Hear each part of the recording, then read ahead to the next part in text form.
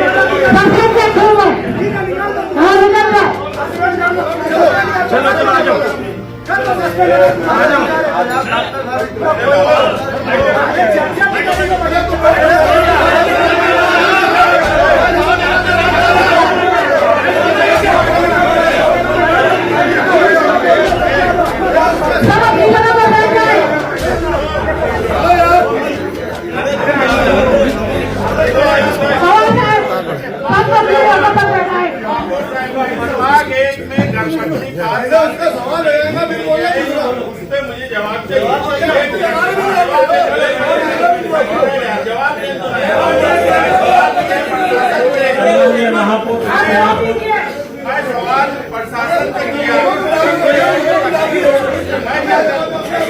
मैंने सिर्फ ये पूछा कि प्रभाग 1 से 5 साल में घरपट्टी क्यों नहीं बांटी जा रही? एक बड़ा सोर्स वो है, नए सोर्स में बात बाद में करेंगे। एक बात हो जाए तो फिर आप बोलला पाहिजे